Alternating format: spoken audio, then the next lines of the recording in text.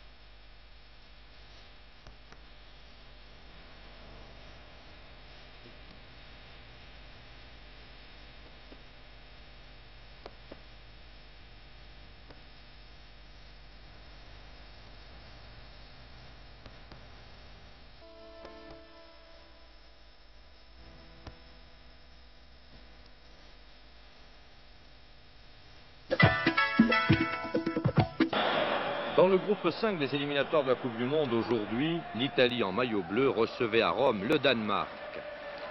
Gentile, l'arrière, part à droite, centre, Graziani surgit et marque 1-0 pour la squadra azzurra. Et c'est l'enfant maudit du stade olympique de Rome, Graziani, qui marque ce but, alors que ce matin il y avait un appel dans les journaux italiens, surtout ne sifflez pas Graziani, demandait-on au public. Le revoici donc au ralenti, l'avant-centre du Torino. Et puis un corner, et qui surgit? Encore Graziani, qui saute plus haut que Olequist le gardien, que Stephensen le défenseur. C'est une belle revanche pour Graziani qui opérait avec le numéro 10, alors qu'Altobelli avait pris le numéro 9, le numéro habituel de Graziani. Et que vous savez que Paolo Rossi est toujours suspendu et pour longtemps.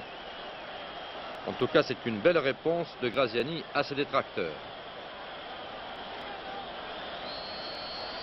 Cette semaine, les échos de Téléfoot seront consacrés presque exclusivement à une équipe que nous présentons. Vous savez qu'il y a chaque année des équipes qui accèdent à la deuxième division. Alors elles manquent bien entendu souvent de public, elles ne sont pas encore vraiment installées, dirons-nous, dans le football. Je crois que c'est une façon peut-être de mieux les faire connaître et d'inciter les gens de la région à aller les voir. Alors nous avions choisi cette fois-ci Abbeville qui fait ses débuts, et puis nous verrons aussi quelques échos parmi tant d'autres après ce reportage. les échos de Téléfoot.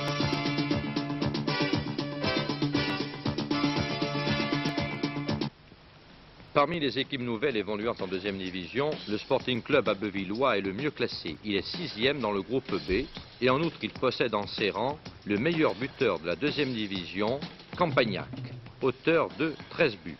C'est un reportage d'Alain Vernon avec la station FR3 Picardie. Dimanche 27 avril 1980. Mathématiquement, Abbeville en bleu doit encore conquérir 2 points pour assurer sa montée. Face à Calais, leur rival au classement, les Picards s'imposeront 3-0. Le doute est levé. C'est le sacre du printemps pour Abbeville. La sélection de la seconde division, il y a un an, on n'y pensait pas. Maintenant, on y est, on va la vivre. C'est une grande aventure et je permets en même temps de vous dire que je voudrais que toute Abbeville, même l'arrondissement, même plus lointain, vienne nous aider parce que c'est une chose que l'on ne connaît pas du tout. Je pense qu'il faut un support d'une région. C'est plus la ville d'Abbeville qui est engagée, c'est la région Picardie. Petite cité de 27 000 habitants, Abbeville vit désormais au rythme de la seconde division. Un véritable événement en 75 ans de football. 80 millions d'anciens francs ont été débloqués pour éclairer le stade Paul Delic et le commerce local a reçu un véritable coup de fouet. Les atouts du 11 de Robert Tirakovski sont sérieux. Une défense solide, la meilleure de son groupe en troisième division, une bonne technique collective née d'un réel esprit de corps, enfin un courage et une osmose inattaquables. Et puis, les Picards ont confiance en leur public, fidèle depuis plusieurs saisons. 1500 personnes la saison passée en troisième division, 4000 à 4500 spectateurs en ce début de saison. Monsieur, vous êtes un supporter de longue date à Abbeville. Oh oui, monsieur. Je dois avoir 79 ans. Et ça fait au moins 50 ans que je suis l'équipe. Et cette saison, vous avez suivi l'équipe partout? Non seulement cette saison, mais la dernière encore, en 4e division. C'est presque tous les mêmes joueurs. Les mêmes joueurs, et puis alors... Vous avez même la carte de supporter? La carte de supporter. Pas payé à l'année. Et vite. Vous les mettez au 18 mètres là, en rond là. Vite Paul. Voilà. À vous placer en conséquence là.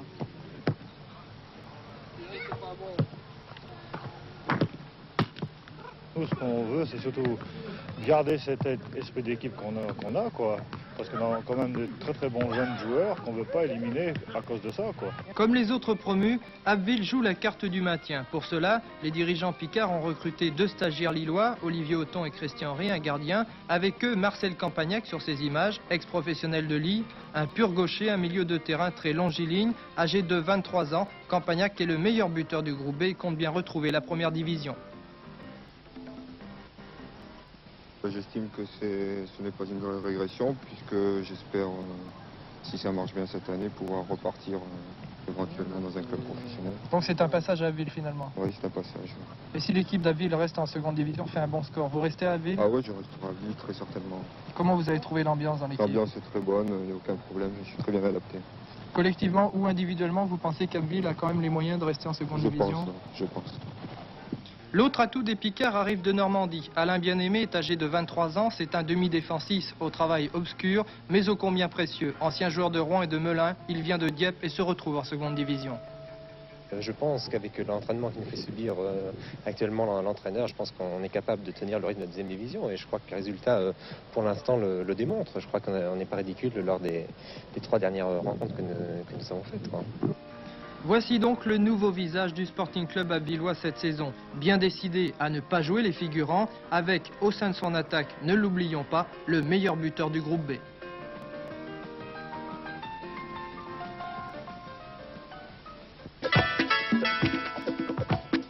Et voyons les buteurs de première division.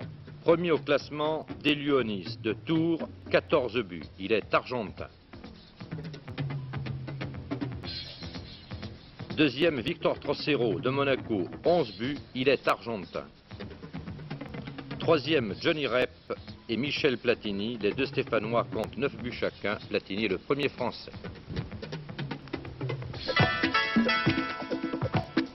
Mardi, le chef de l'État libérien, le sergent-maître Samuel K. Doe, a fait savoir que les joueurs de l'équipe nationale du Libéria seront emprisonnés en cas de mauvais résultats. Il s'agit sans doute de l'application de l'expression « les mettre au fond de la cage ». Actuellement, le chef d'État enquête sur les raisons du match nul concédé par son équipe au Mali samedi dernier. Il arrive, paraît-il, au sergent-maître Doé de chausser les crampons, mais l'histoire ne dit pas s'il lui est arrivé de se retrouver derrière les barreaux en cas de mauvaise prestation de sa part. Bordeaux, à l'affût d'une défaillance des tout premiers, ne peut pas se permettre un faux pas à domicile. Mais Auxerre, qui lui rendait visite, lui, a un besoin impératif de points, comme tous les clubs qui fréquentent assidûment le bas du tableau. Mais il ne faut pas oublier qu'Auxerre sort directement de la 2e division. Alors c'était malgré tout une confrontation intéressante. Jean Pradinas était là-bas avec des caméras. Vous allez voir de très belles images de ce match, commentées, expliquées par Didier Roustan hier soir.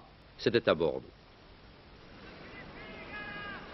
Bordeaux-Laval 2-1, Bordeaux-Angers 1-0, Bordeaux-Bastia 0-0, Bordeaux-Strasbourg 2-1. Les Girondins ne réussissent guère devant les équipes mal classées. Aussi, on s'attendait hier soir au stade municipal de Bordeaux à une partie assez équilibrée. Là, vous venez de voir un tir de Ferreri, le numéro 10 d'Auxerre, arrêté relativement facilement par Christian Delaché.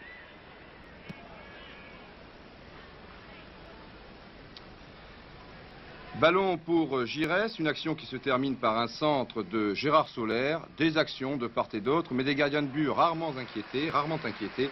Voilà ce qu'aura été ce premier quart d'heure du match Bordeaux-Auxerre. Un match suivi par 5414 spectateurs.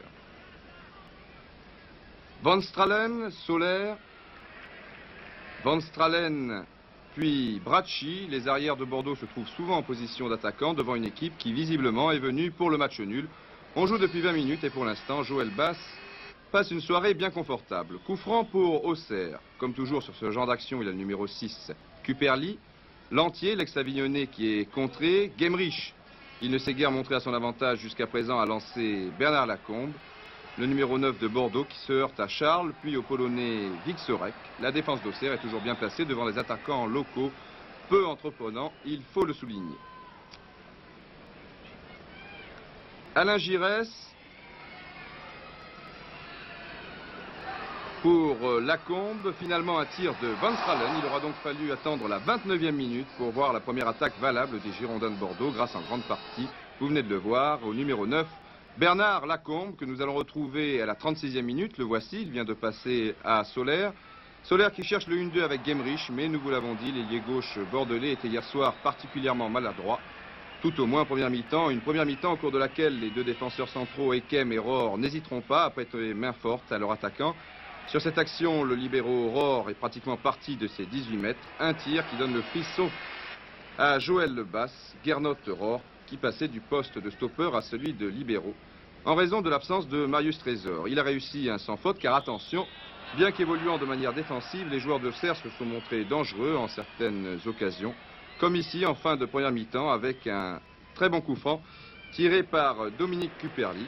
Delaché a détourné, mais comme le corner ne donnera rien, c'est sur le score de 0-0. Sur ce score de 0-0, donc, que les joueurs regagneront les vestiaires.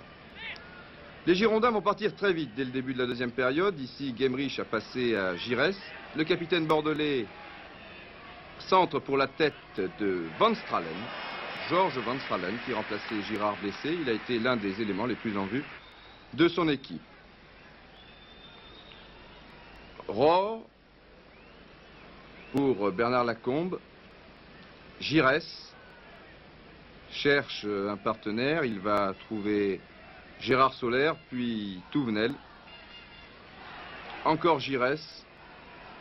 Et un superbe tir de Gemrich, oui, vous avez bien vu, renvoyé par le poteau, alors que Joël Bass n'a pas bougé, comme on va le voir sur ce ralenti.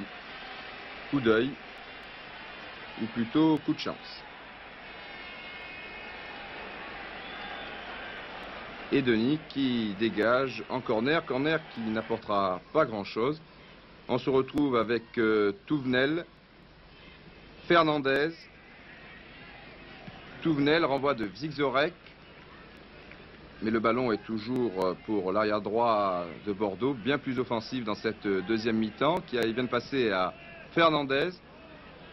On se dégage comme on peut, mais Chaher est tout seul en attaque, et c'est ce ballon qui est récupéré le plus logiquement du monde par les Bleus. Lacombe vient de laisser à Bracci. Cette fois, il reprend de la tête. Il s'en est fallu derrière. La défense d'Auxerre est vraiment débordée depuis la reprise. Le but ne devrait pas tarder, peut-être à la 59e minute, sur cette action de Bernard Lacombe. Gemrich est un peu court, mais Giresse est bien placé. Le poteau, Gemrich contré au tout dernier moment par Rémy. Ce n'est pas terminé, feinte de Touvenel. On cherche la tête de Gemrich, on trouve celle de Denis. Attention à ce centre de Solaire, mais Denis est bien revenu. Nouveau corner. Donc toujours 0-0, tableau d'affichage, mais 2 poteaux à rien pour Bordeaux. Tout à l'heure c'était Gemrich, là c'est Giresse. 63e minute, touche Bracci, Rohr,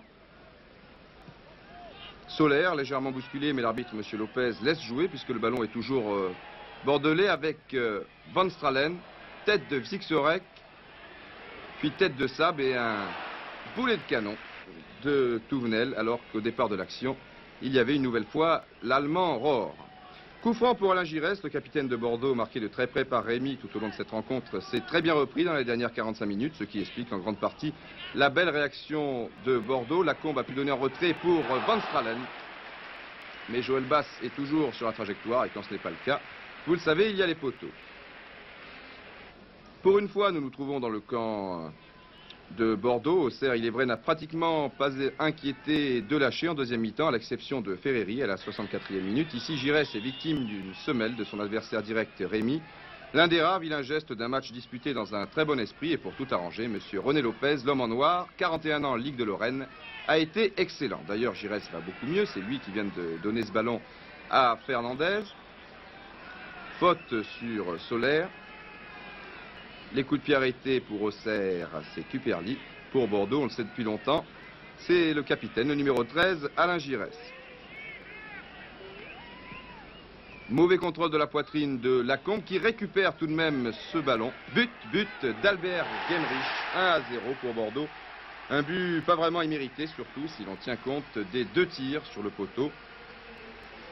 Denis, vous allez le voir, n'a pas pu dégager son camp. Un bon tacle de Lacombe, suivi d'un tir brossé de l'intérieur du pied d'Albert Gemrich. On a retrouvé sur cette action le numéro 11 qui faisait les beaux jours de Strasbourg il n'y a pas si longtemps. Bracci déborde Rémy, qui n'a tenu à l'image de son équipe qu'une mi-temps. Solaire, Giresse, Lacombe, Solaire, ça part de tous les côtés. Gemrich, Lacombe ou le numéro 14, Gérard Solaire. Auxerre vient de rater une bonne occasion par Robert Sab. Touvenel amorce la contre-attaque. Ballon pour Lacombe. Les Blancs se gênent. But de Lacombe. Non, mais cela n'a finalement aucune importance. 87e minute au tableau d'affichage. Bordeaux 2, Auxerre 0. Le match est bien entendu terminé. Et regardez bien sur ce ralenti. Ce n'est pas Lacombe, mais le stopper Jean-Luc Charles, qui du tibia trompe son gardien de but. 2-0, donc il reste 1 minute de jeu. Lorsque Van Stralen passe ce ballon à Bracci, Giresse trouve Touvenel. Un 1-2 avec Albert Gemrich entre Solaire. Voilà, et Gemrich qui est fauché par Vixorek. Pénalty indiscutable accordé par l'arbitre M. Lopez. Alors que nous revoyons le très joli 1-2 entre Gérard Solaire et Albert Gemrich. Puis cette faute du défenseur polonais. Joël Bass est sur sa ligne. Un 3-0, cela serait tout de même très sévère. Il y a une justice. Bernard Lacombe rate ce pénalty. Monsieur Lopez siffle la fin du match, un match très équilibré dans l'ensemble, sauf dans le dernier quart d'heure où Auxerre s'est littéralement effondré. En effet, contrairement à ce que pourrait laisser croire ce montage, Bordeaux ne s'est jamais, tout au moins à l'exception de ce dernier quart d'heure, montré digne de ses ambitions. D'ailleurs, si on en croit certains supporters, les joueurs d'Aimé Jacquet ont disputé hier soir l'un de leurs plus mauvais matchs de la saison. Voilà, 2-0 pour Bordeaux. On se retrouve après la rencontre avec à ma droite Gernot Rohr, à ma gauche Jean-Marc Chaher. 2-0 pour Bordeaux, mais ce fut tout de même laborieux. Oui, parce que nous sommes tombés sur une équipe d'Auxerre qui était très forte et surtout au jeu défensif. Ils nous ont posé des problèmes et nous avons buté contre cette défense pendant 80 minutes avant de marquer un but superbe Et finalement, nous sommes contents parce que ce sont 2 points très précieux pour nous, qui nous redonnent la 4e place et qui nous redonnent surtout l'espoir de gagner une Coupe d'Europe, de participer à une Coupe d'Europe l'année prochaine. On a l'impression aussi que votre équipe est à la recherche de sa forme du début de saison. Oui, parce que nous avons joué sans Marius et sans René Girard. Ce sont 2 éléments très